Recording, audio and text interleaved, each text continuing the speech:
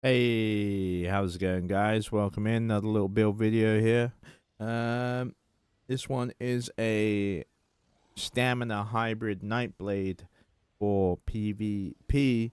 We are rocking the bow dual wield on this setup. It's very dodge rolly. It's very sustainable.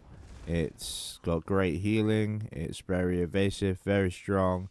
Got a ton of offensive damage, and just overall, just absolute filth, and a huge enjoyment to actually play. So let's go ahead and jump into it, shall we? So obviously, I'm a Khajiit. We are running the Shadow Mundus. I am a stage 3 vampire. In terms of my attributes, we've got 2 into Magicka, 11 into Health, 51 into Stamina. In terms of my max stat health, we are set at 30k max health. We got 17.8 Magicka and 22.3 Stamina on our bat bar. On our front bar, we do drop a little bit of health. We do drop we gain Magicka, we drop health, and we keep the same amount of stam. So obviously that's just down to the fact that we got different type of sets and stuff. But yeah, overall, very strong. In terms of our gear ratio, we are in 2 medium, 2 heavy, 3 light.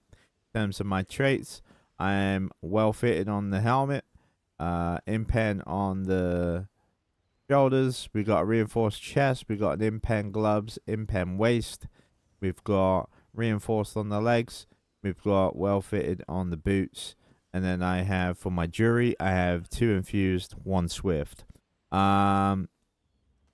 But yeah, let's go ahead and jump into the gear. So in terms of the gear, we are running Roxa, the Warped. This set is absolutely phenomenal. We get around about 240 stam recovery, mag recovery, and health recovery. So obviously you nerf that by 50% when you get into Cyrodiil. So obviously that still gives us 120 recovery across the board, which is just super nice to have, and it's just super handy. You can swap this out for Bloodspawn for the alt gen if you choose to run the alt gen in over the recovery. I just think the recovery is just better off just overall. You can also swap it out for Balrog. That is entirely up to you if you want to run Balrog. I personally don't, and the reason why is you will see later on in the video. The reason why we don't run it is because our penetration is already through the roof. So yeah, that's just my personal preference. Moving on into the chest. The chest is the Galleon Chain. That is the named trainee chest. That just gives us that additional 1454 maximum health. It's super nice to have that extra health buff. You know, it's just overall solid. In terms of our front bar, we are running 5-piece Oak Father. So with the Oak Father, what I'm running on my Oak Father is, you know, we've got the hands, waist, and boots, as they're all small pieces and they're all light. So we take them because it's a light armor set. So that's super nice to have. This set is incredible. So what this set does is it gives you weapon and spell damage for 3 lines. Okay, for the 4 items, for the 3 lines, we just get pure weapon and spell damage, which is super nice. On top of that, we gain offensive penetration against enemies for each major buff they have active, and gain 20 weapon and spell damage against enemies for each minor buff they have active. Okay, so super strong, super nice. If someone's running Oaken Soul, they're gonna get clapped.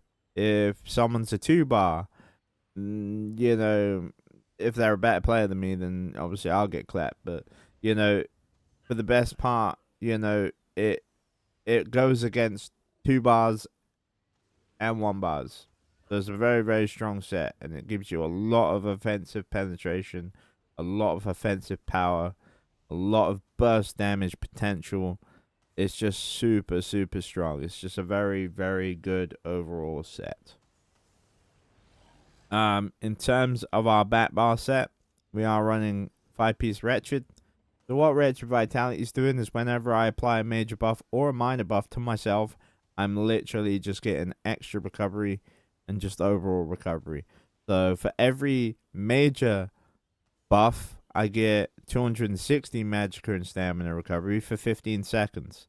And then while I buff myself with a minor buff, I get 130 stam and mag recovery. These two do stack, so it's just overall just super nice sustain, right?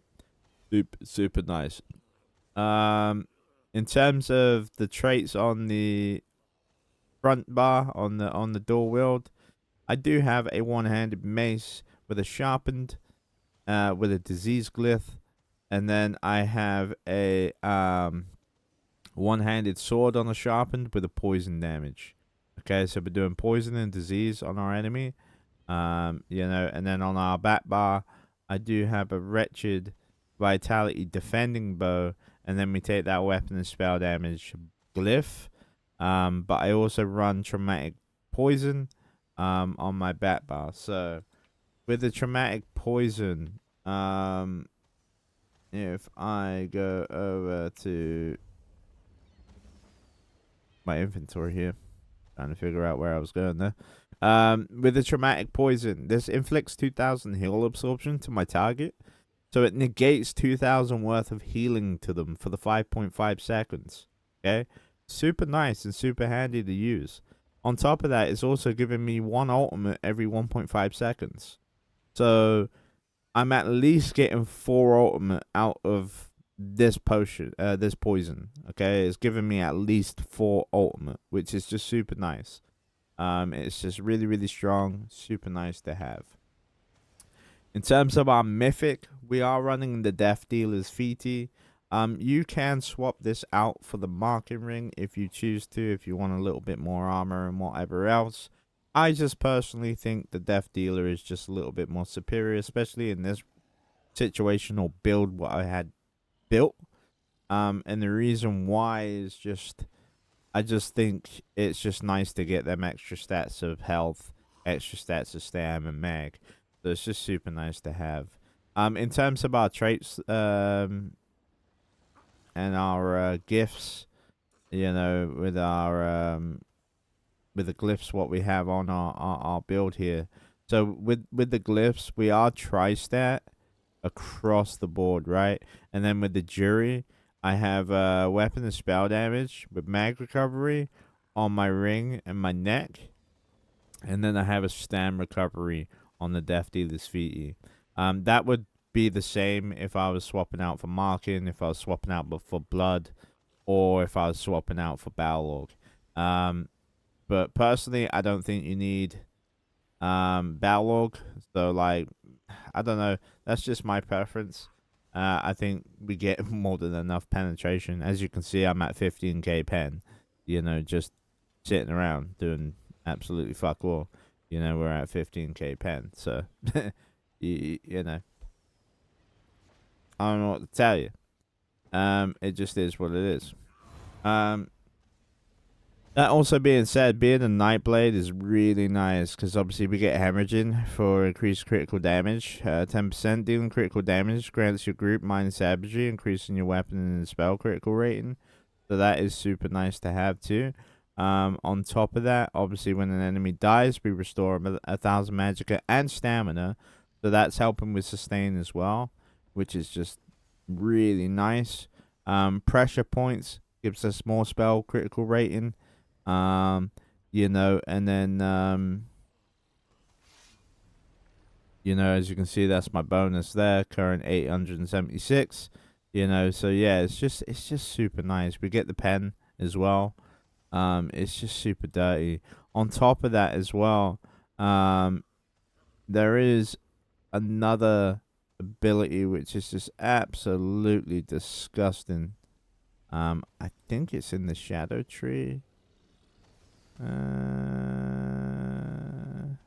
Where is it? Well, that's nice there. Like, look at that. 15% more recovery. Like, what? No, there's one where you pop a pot. This one. Wait. No, this one's nice as well. So obviously this is a siphoning ability. This is a siphoning ability. So we're getting ultimate every time that we're using them. That's nice. But there is one. There is a drink of the potion. Here we go. The catalyst. After drink of the potion, you gain 20 ultimate. So yeah, just filth. It's nice. Um. So yeah, that is pretty much the gear. Let's jump into the skills. So on the front bar, I run Camouflage Hunter. This does a couple of things for me. Obviously, it gives me major savagery and prophecy, increasing my weapon and spell critical rating.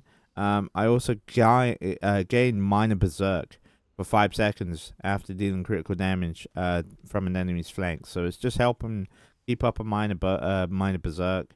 It's helping give us major savagery, so it's just super nice. So that's us getting major and minor savagery as a Nightblade, so super strong. Merciless Resolve. This is just a huge burst damage. You know, we only fire this off if we're at max stack. You know, it's just super strong. You know, it's just eat one of these type move. You know, is kind of nice. In terms of our next ability, this is a scribed ability. This is fire contingency. So what this does is it just does flame damage. It reduces the damage taken by 8% for 8 seconds, and it inflicts minor breach. So the reason why I rock minor breach is because it's just handy to have, because we don't really have a minor or a major breach. You know, we have minor courage, you know, and we have major brutality, but we don't really have a breach. I don't think this breaches. It doesn't. It just sets them off balance if I get them on a flank. So, yeah, we don't really have a breach. So that's why I went with the breach on this one. I think the reduced damage taken by 8% is mandatory because you're very squishy as a Nightblade. And if you're on your offensive bar, you want to be a little bit more tankier. So, like, having that 8% reduced damage taken for 8 seconds is just huge. It really is, and it supplements the build really nicely. So, it's really nice. Obviously, our next ability, Concealed Weapon. This is pretty much our main spammable. You know, I kind of mix between these two spammables. They're both spammables for me. Like I say, it is a hybrid-esque class. So, yeah, you kind of bouncing between the two spammables here, between Concealed Weapon and Power Extraction. So yeah, let's read this one. So if I strike an enemy off flank, it sets them off balance. What that actually means is if I hit them off on a flank and then I've got that off balance on them, if I do a medium heavy attack on them, then they get stunned. Okay, that's what that means. So it's a build up mechanism to be able to stun someone. So it's super nice to have. On top of that, it does a ton of damage. On top of that, we're also getting the 15% minor expedition, increasing my movement speed by 15%. So super nice, super handy, super solid. If I'm in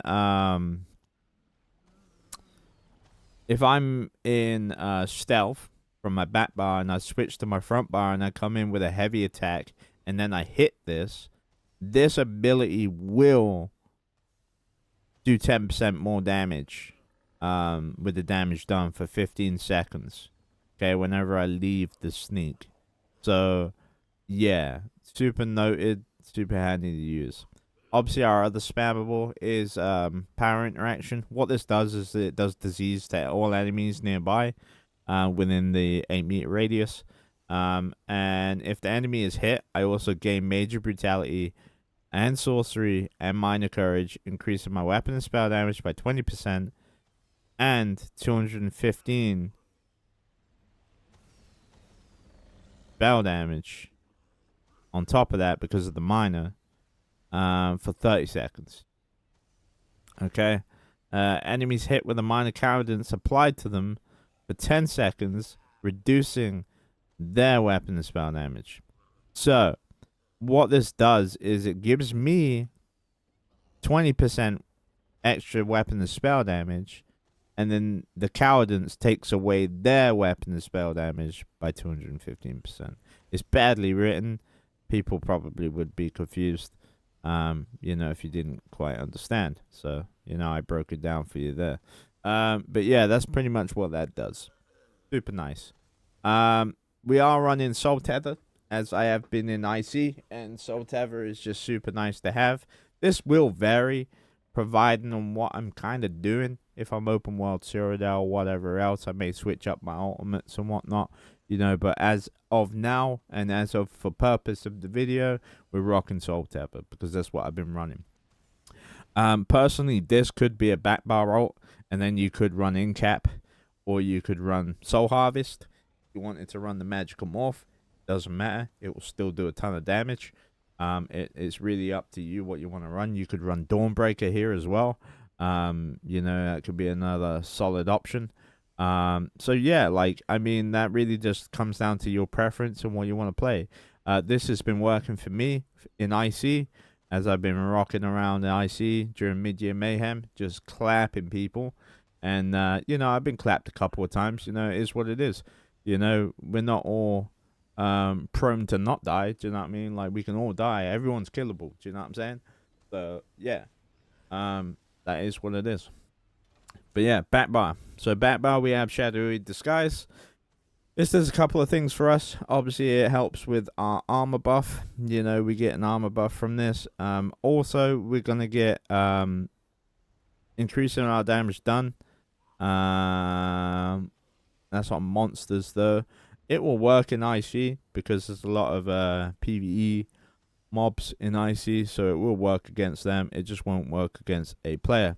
But if you see here, at Disguise half cost, your next direct damage attack will critical strike. So it's always going to be a critical hit. So that is one good thing coming out of this. So it's super nice. I take Blinding Flare. The reason why I take this, one, Mage Protection. Just gives me that reduced damage by 10%. Super nice to have. That also being said, on top of that, if someone's in stealth and I expose them, exposed enemies are stunned for 3.3 seconds, which is super huge. That's excuse me. 3 seconds? Dude. Hold on. 3 seconds, right? That is crazy. I would only probably need 2 seconds to clap a bomber. So if I stun a bomber and I stun him in his path with this, he's dead. He's gone. He's got no hope in hell. Yeah, it's kind of ridiculous. On top of that, though, they cannot return to stealth for 4 seconds, which also doesn't help them. Right? So super, super strong. Super nice. But we mainly take it just for the protection. But yeah, it's super nice to have. Resolving Vigor. This is our main kind of heal. It's not a burst heal, but it's our main healing over time source. This is just ticking our heals over time. It's just keeping us at a steady pace, while we're in the fight and while we're running along.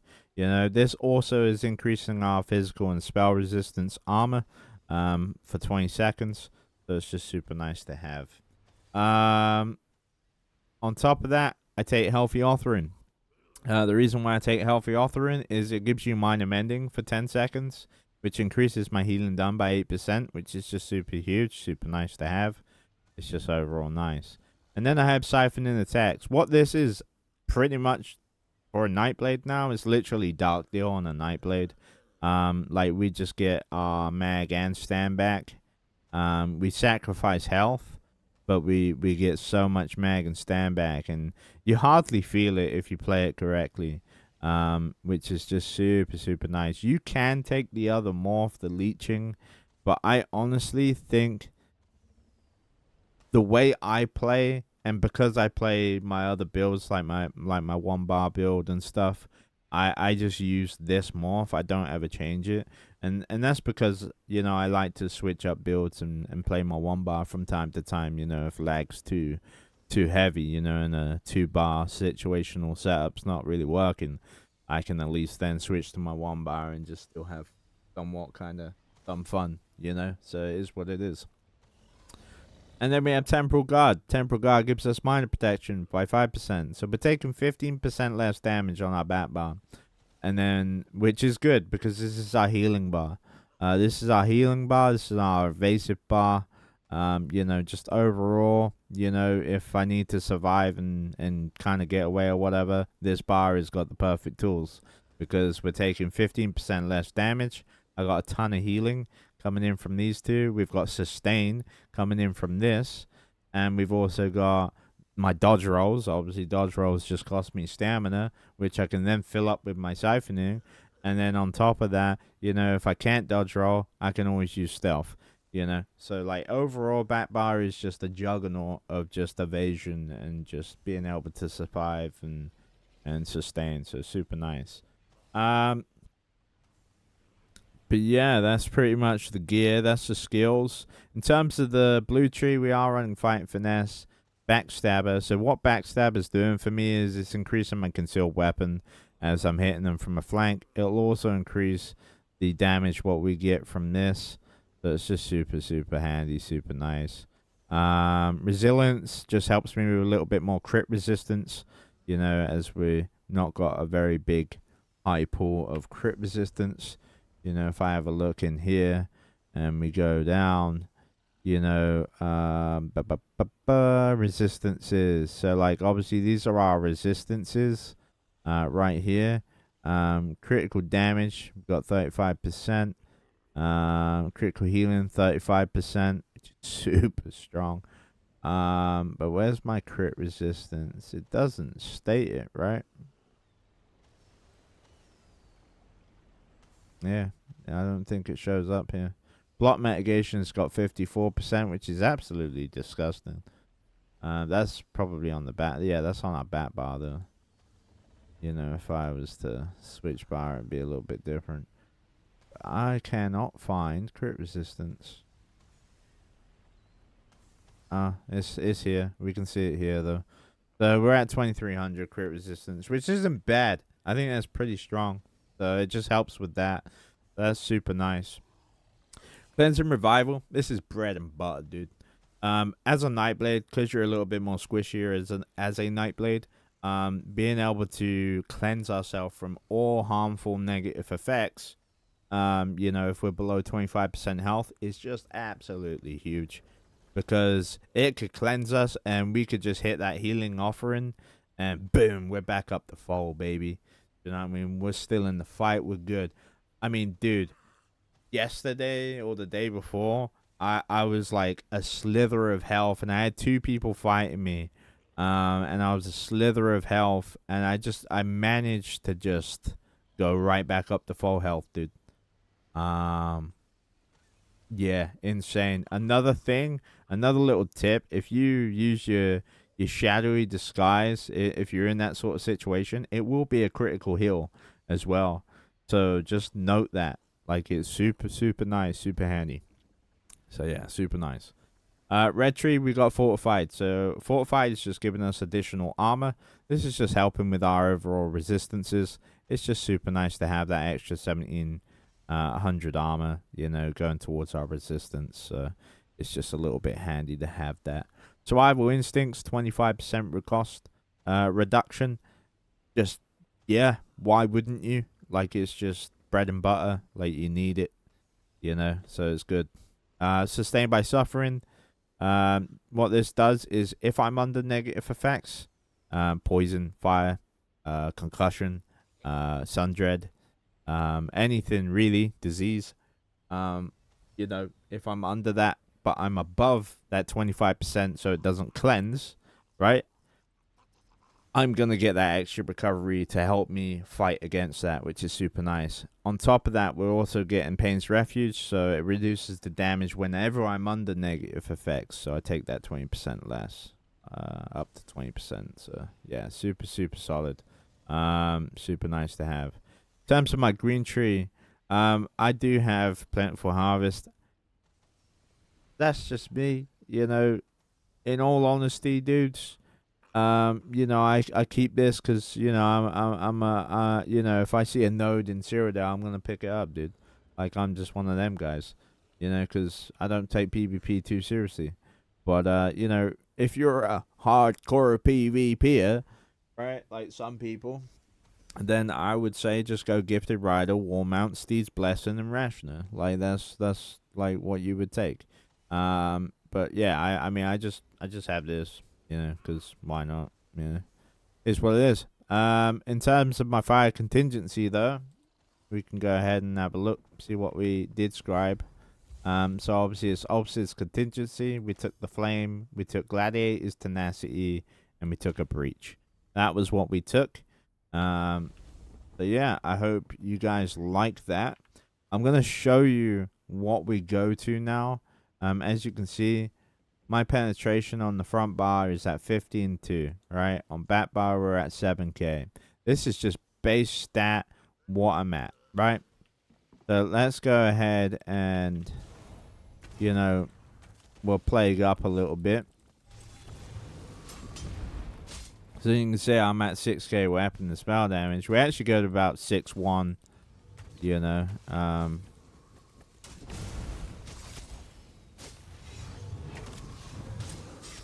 Yeah, we go to about 6-1 when we're at max. I'm just going to let my stacks build up here. The reason why I'm doing it on the throw here, because the throw doesn't have any buffs at all.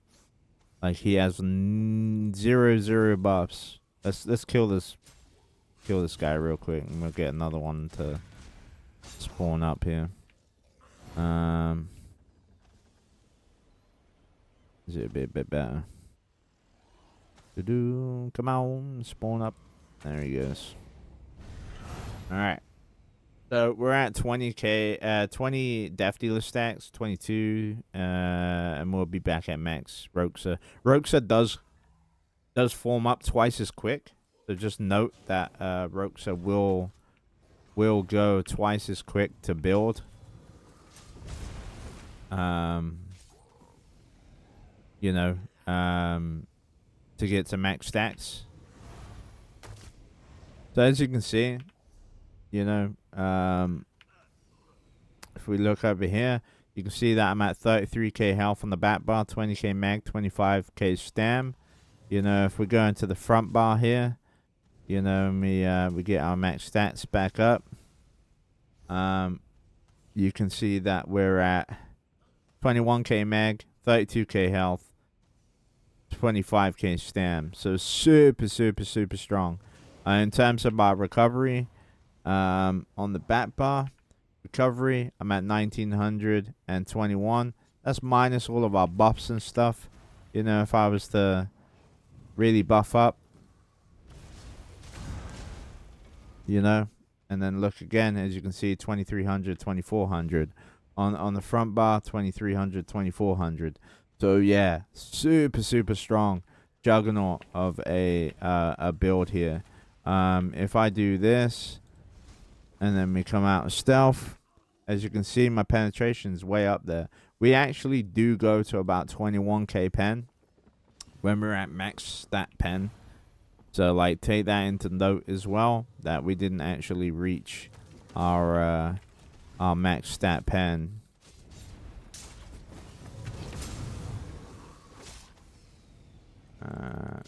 Yeah.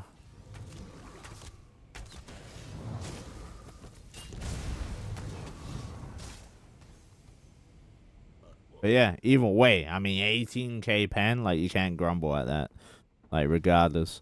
But yeah, we do go to about 21K pen, providing on who we're fighting.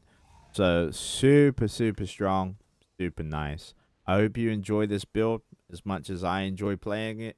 Let me know down below if you do try it, you know, and let me know down below how you get on with it. You know, like I say, it's a very dodge rolly, poly, evasive type build. So you gotta kind of play a little bit aggressive, but like at the same time you gotta play a little bit skeptical. So just take that into note. But yeah, enjoy. Have a good one. Take care, guys. All the best.